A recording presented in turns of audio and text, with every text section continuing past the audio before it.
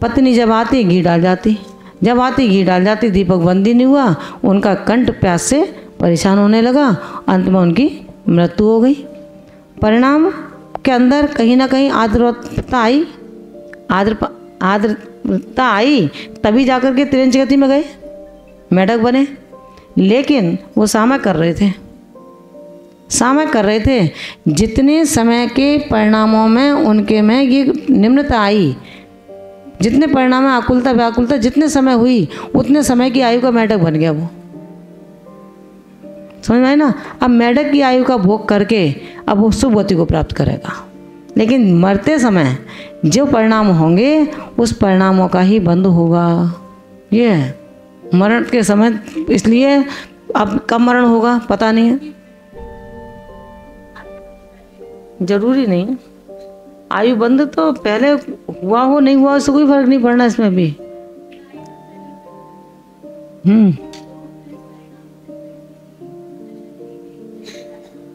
नहीं ऐसा नहीं रहेगी, ये तो हमने सुबह बोला था ना। जैसे आपका आयु का बंद हुआ नरक गति का, नरक गति का बंद हुआ है, तो अब नरक गति का बंद तो तुम्हारा आज हो गया, अब तुम्हारी आयु करीब 100 वर्ष की और है।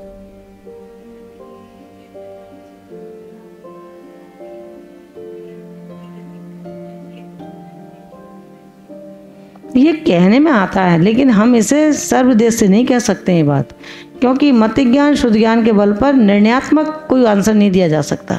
हम निर्णयात्मक उत्तर देते तुम्हें कि हाँ ऐसा ही हुआ होगा। लगता है कि हर्ष में संक्लिष्ट परिणाम है, मुझे भोजन करा रहे हैं तो संक्लिष्ट था, अच्छे से पूछ रहे हैं तो संक्लिष्ट था, डांट के कह रहे हैं तो संक्लिष्ट था, बाजी होगी भैया। लेकिन जब प्यार से बात कर रहे हैं, फिर पानी क्यों आंखों में, फिर बहस क्यों आपस, जब सत्य बात है सत्य बात तो होनी चाहिए। तब ये बात एक व्यवहार में कहने में आती है कि भैया ऐसा इनसे कुछ मत कहो, माध्यस्थ रहो। माध्यस्थ परिणाम क्या बताएं वहां पर? माध्यस्थ परिणाम का क्या मतलब है? माध्यस्थ यानी अपन आज की बात कर रहे हैं तो भी वो विपरीत लगा रहा है उसका मध्यस्थ। माध्यस्थ परिणाम का मतलब यहाँ शुद्ध परिणाम बताएं, शुद्ध परिणाम। माध्यस्थ परिणाम तो शुद्ध परिणाम। अब माध्यस्थ का भाव है, अब अपन तो हल्के में ले रहे हैं माध्यस्थ, भैया नहीं बोलना, चलो अपन भी नहीं बोल रहे, लेकिन अंदर दोनों अंतर जल अपने चल तो नहीं रहे, अंतर जल पकड़े अपने अंदर चल रहे हैं तो माध्यस्थ नहीं है वो। तीनों दंडों का जब तक त्याग नहीं हो रहा तब तक माध्यस्थपना कहाँ से आएगा? अब त्याग अभी होगा नहीं, अभी त्याग होगा नहीं, गुणस्थान बनेंगे नहीं अभी तो, लेकिन उसको क्या करेंगे? अभ्यास करेंगे, अभ्यास करेंगे, क्योंकि ये निश्चित है परिणाम अशुभ गति का परिणाम हो गए हैं तो अशुभ परिणाम ही रहे। संबोधन से व्यक्ति समझ जाता है। अभी मेरे परिणाम खराब हुए, कोई निमित्त मिला, किसी ने कुछ कहा, गुस्सा आ गई और माता जी ने मुझे समझाया, मैंने गलती हो गई माता जी, अब अपने आप ऐसा अपन नहीं करेंगे, तो परिणाम हो गए।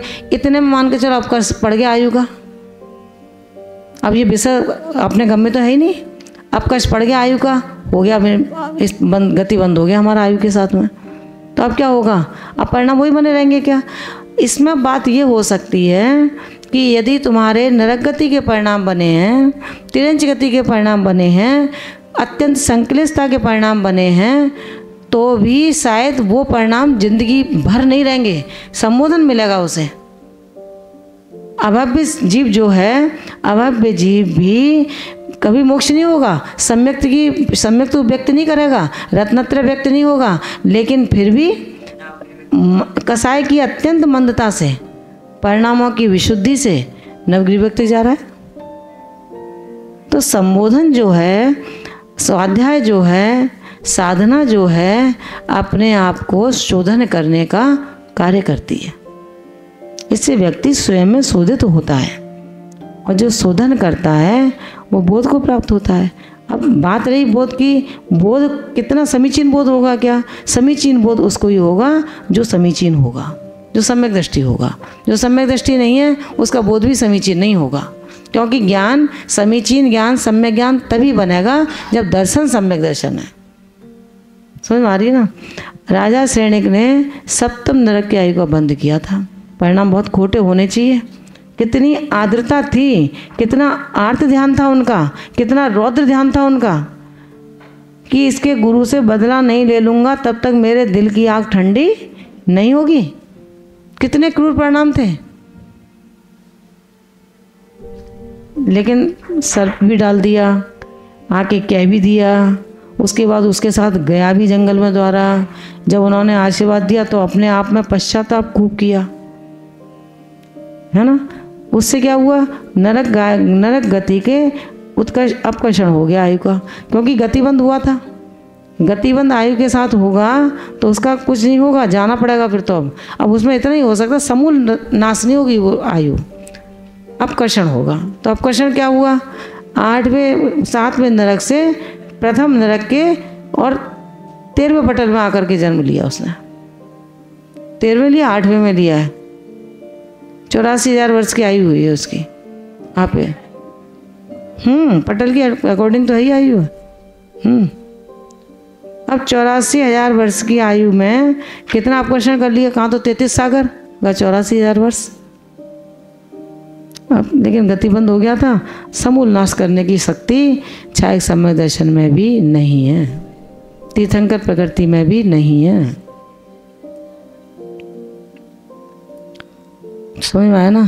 तो अब क्या हुआ कि जब छाया समय दर्शन में शक्ति नहीं है, तीर्थंकर प्रकृति में शक्ति नहीं है कि गति को का बंध समूल नाश कर दे, नहीं कर सकता।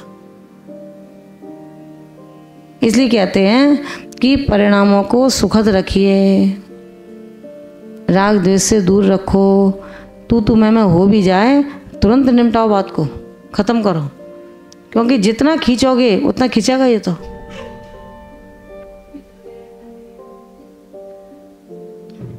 विषय आया समझ में। इसलिए क्या कहा उन्होंने कि चतुर्थादि गुण स्थान में अबंधक भी तो है, लेकिन पूर्ण अबंधक नहीं है। क्यों नहीं है, क्योंकि जितने प्रकृतियों का उपशम या क्षय किया है उन प्रकृतियों की अपेक्षा बंधक है, बाकी प्रकृति की अपेक्षा बंधक है। समझ आगे बस।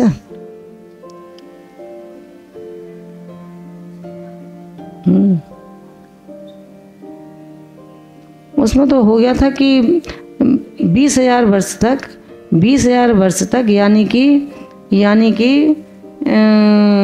छठे काल का 21,000 वर्ष अपसर्पणी का, और उत्सर्पणी के 20,000 वर्ष, 21 और 20 42 41,000 तक, 41,000 वर्ष तक स्थिति वो की वही रहेगी जो अपसर्पणी के छठे काल में शुरू हुई थी। उसमें कोई परिवर्तन नहीं होगा, वही फल फूल खा करके रहेंगे, पशु वृत्ति रहेगी, एक हाथ के धीरे धीरे लंबाई जो अभी है होती जाएगी आगे जा कर के। और 1,000 वर्ष जब शेष रह जाएगा पंचम काल का, तो उसमें ये जो कुलकर होंगे वो कुलकर उनको पशु वृत्ति जो जीवन जी रहे हैं उनको वो समझाएंगे। तब जा कर के अग्नि जलाओ, अग्नि जला के आप भोजन वगैरह करो, तब वहाँ से ये परंपरा चालू होगी। और जो सब हो जाएंगे। आयु वो रहेगी ना। अब पहले तीर्थंकर की आयु कितनी है, अब जो होगी राय श्रेणी की आयु 100 वर्ष की, 120 वर्ष की बस आयु होगी नहीं भाई। उत्कर्षण होगा ना, अपकर्षण से उत्कर्षण होगा। 1,000 जन का समोषण रहेगा बस, और 24 तीर्थंकर 12 जन का हो जाएगा अपकर्षण। कौन से वो भी इसमें होंगे, वो भी ऐसा वो उत्सर्पणी के काल में होंगे ना। अपसर्पणी में होते हैं ना, वो होंगे तो उसी काल में ही, लेकिन उसमें क्या होगा चौथे काल के अंत में होते हैं, तभी तो बताएंगे। नहीं, तीसरे काल के अंत में होंगे, तीसरे काल के अंत में होंगे, तभी तो भोगभूमि कर्मभूमि चालू होगी। चौथे कर्मभूमि तीर्थंकर का जन्म होगा, और सूर्य दिखेंगे तो वो कुलकर वो डर भयभीत होगी जनता, तो उन्हें समझाएगी। और यहाँ तो भयभीत होगी नहीं जनता, वही समय होगा उनका वही। तो ये खुलकर यहाँ तो उन्हें केवल पशुवृत्ति जीवन जो जी रहे हैं उसकी शिक्षा देंगे बस, और कोई नहीं निकला। और 20,000 वर्ष तक वो ही जीवन चलेगा। हाँ वही तो है ना, वहाँ तो कोई दिक्कत ही नहीं है। कर्मभूमि चल रही है ना, कर्मभूमि तीर्थंकरों के बाद में पूरी होगी, तब कर्म सूर्यचंद्र जाएंगे, तब वो वहाँ पर जाकर कल्पवृक्ष होंगे। अभी थोड़ी हो रहे हैं कल्पवृक्ष। हाँ तो उसमें यही है 20,000 वर्ष तक स्थिति ज्यों की त्यों रहेगी, यानी कि 41,000 वर्ष तक अधर्म ही रहेगा, बस सीधी सी बात। अभी से नहीं, पंचम काल में 3,005 महीने 3 वर्ष 8 महीने और 15 दिन शेष रहने पर धर्म का विनाश, राजा का विनाश, अग्नि का विनाश, उसके बाद में धीरे धीरे छठे काल का प्रवेश। छठे काल के प्रवेश में सब कुछ खत्म। व्यक्ति एक हाथ का रहेगा और धीरे धीरे जाकर के एक ब्लस्त का रह जाएगा। निर्वस्त्र रहेगा, पत्तों की छाल ओढ़कर रहेगा, खाने को आपस में ही खाएगा, मनुष्य को खाएगा, बिल्कुल तामस वृत्ति का हो जाए। इसे बताया मलेच्छ जैसा हो जाएगा। मलेच्छ जैसा आचरण करेंगे, ये शब्द आया आगम में। मलेच्छ जैसा आचरण करेंगे, उन मलेच्छ जैसे आचरण वाले को वो खुलकर संबोधित करेंगे फिर आकर के। ये है। अब छठे काल में क्या है, पंचम काल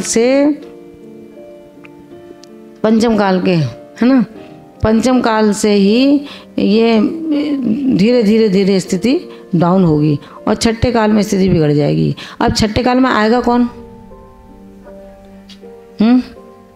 छठे काल में कौन आएगा? नरक और त्रियंश से आएगा। त्रियंश से भी आएंगे, नरक और त्रियंश से आएंगे। छठे काल में देव से कोई नहीं आएगा। जन्म तो छठे हर्ष में होता रहेगा। हाँ कुछ नहीं, कम से कम होगा, पूरा होगा।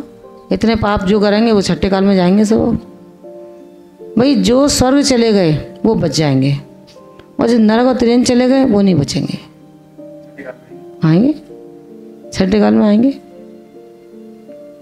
छठे काल की स्थिति बहुत भयावह आने वाली है। अब उससे बचो।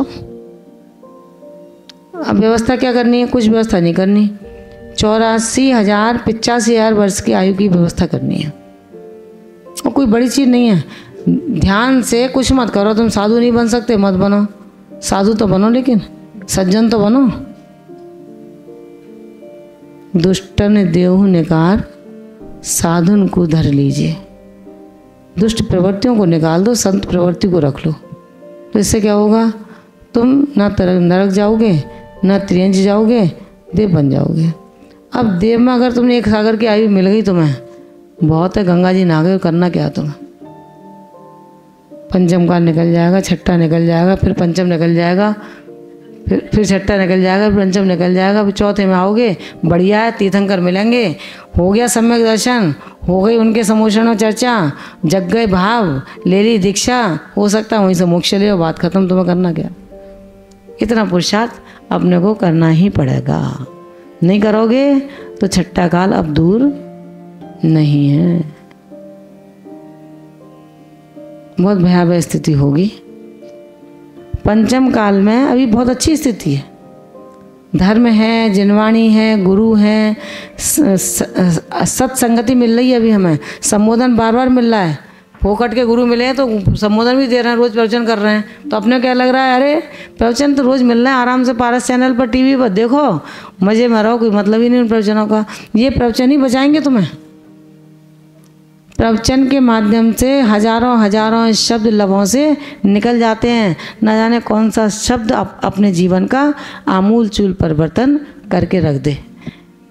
अब लेकिन ये होगा कब? जब प्रवचन की ललक होगी अपने तो क्या रे, रोज़ महाराज को काम ही का है, बैठेंगे प्रवचन करेंगे घंटा, मतलब नहीं कुछ भी। अब महाराज तो बेचारे पढ़ते हैं, सो तुम्हें बता देते हैं तुम भी पढ़ो। अब तुम्हें फुर्सत नहीं गिनने से। समस्या ये है। इसलिए यहाँ पर ये कहा है कि पंचम काल की स्थिति अपने आप में बहुत ही दुखद। इसका नाम क्या है उसका? दुखमा। ये दुखमा चल रहा है अभी। अब आएगा दुखमा। छठा काल वो दुखमय दुखमा है, यहाँ फिर भी सुख है। यहाँ सुखावास तो है, वहाँ तो सुखावास भी नहीं होगा। पापी है ना, इसलिए आए। वो तीर्थंकर नहीं है, तीर्थंकर पुण्य पुरुष नहीं है, सलाहकार पुरुष नहीं है, कोई है ही नहीं यहाँ पर, तब हम पर आए। तो इसी दुखमा है, दुखमा नहीं है कि कहीं सुखाभास है, सुख नहीं है, लेकिन सुख का आवास हो रहा है। इच्छा पूरी हो गई तो क्या हम तो भाई तुम कैसी, हमारी सासू बहुत अच्छी है कि तुम्हें चाहती है वो, इसलिए वो सुखाभास है। भूल गए हम, क्योंकि साड़ी जो सहेली की वो नहीं मिली मुझे, भूल गए। आए पति थे, उन्हें क्या बात है, मुझे साड़ी वही चाहिए, तो नहीं तो खाना भी बनाऊंगी, तो ले भैया पैसा ले, तू लिया। तो किसने पूछा तुम भाई अच्छी हो, तुम्हारे सब अच्छा है? भाई मेरा तो बहुत अच्छा है, मुझे कोई पैसा नहीं, मैं तो बहुत सुखी हूँ। तो सुखाभास है, इच्छा की पूर्ति हो गई, इसे सुख का आवास हो रहा है। इच्छा की जो पूर्ति हुई है उसे सुख का आवास हो रहा है, सुख है नहीं। जब जब तुम्हारे मन की होती रहेगी तो सुखाभास रहेगा, सुख का आभास होगा। और जैसी मन की नहीं हुई, गई भैंस पानी में, रसोई बंद, सब बंद, चुप्पी साध लेंगी। तो ये क्या है, पंचम काल में इस कर्म भूमि में सुख नहीं मिल सकता। और पंचम काल में क्या, जब तक हम संसार में रहेंगे, संसार में सुख के सूत्रों को ढूंढना पड़ेगा, खोजना पड़ेगा। समाधि के लिए सूत्रों को ढूंढो। संसार बुरा नहीं है, संसार में रहना संसार में ही है। संसार में ही दो रास्ते हैं, एक रास्ता है जो अंतरंग की ओर जाता है, एक रास्ता है जो बहिरंग की ओर जाता है। जो अंतरंग की ओर जाता है वो समाधि के सूत्रों को दे देता है, और जो बहिरंग की ओर जाता है वो वासनाओं में लपेट देता है। बस ये हम जब जब बाहर जाएंगे हम वासना युक्त होंगे, जब जब भीतर जाएंगे हम योगों से युक्त हो जाएंगे। तो ये सब जो है अपने सोचने का और अपने विचारणीय विषय है, अपने अपने जीव द्रव्य को कैसे संभालें। अब जो बच्चे कहते हैं, नई पीढ़ी जो नहीं समझती, वो समझते हैं अरे खाओ पियो मौज करो, किसने देखा है कौन मरता है कौन जिंदा होता है। अब ये सत्य तथ्य को अपन उड़ा दें, बातों में उड़ाना ठीक नहीं है, क्योंकि शरीर छूटेगा, चेतन तब वही रहेगा ना, अपना जीव द्रव्य तो वही रहेगा। जीव द्रव्य तो मरता नहीं है कभी। जीव मरता है क्या? जीव कभी नहीं मरता। मरता कौन है? ये शरीर। वृद्ध होता है, जवान होता है, बालक होता है, रोगी होता है, शोकी होता है, क्रोधी होता है, मान्य होता है, माई होता है, लेकिन जीव द्रव्य कुछ नहीं होता। कहाँ लिखा है ये? पूजपा स्वामी ने लिखा है ये? कहाँ पे लिखा है? जीव द्रव्य कुछ नहीं होता। न मैं मृत्यु को तो भी थे, जब मेरी मृत्यु नहीं होती तो भय किस बात का? ना व्याधि को तो था, जब कोई व्याधि नहीं है तो दर्द किस बात का, पीड़ा किस बात की? ना हम बालो न वृद्धो हम, ना अहम, ना मैं बाल हूँ ना वृद्ध हूँ ना युवा हूँ ना विवेता नहीं पुद्गले। ये तो पुद्गल की पर्याय हैं, युवा, वृद्ध और बालपन। ये क्या है? ये तो पुद्गल की पर्याय हैं। जीव तो जैसा है वैसा है। जीव में ना युवापना है, ना वृद्ध अवस्था है और ना बाल अवस्था है। जीव जैसा है वैसा है। समझ में आया ना?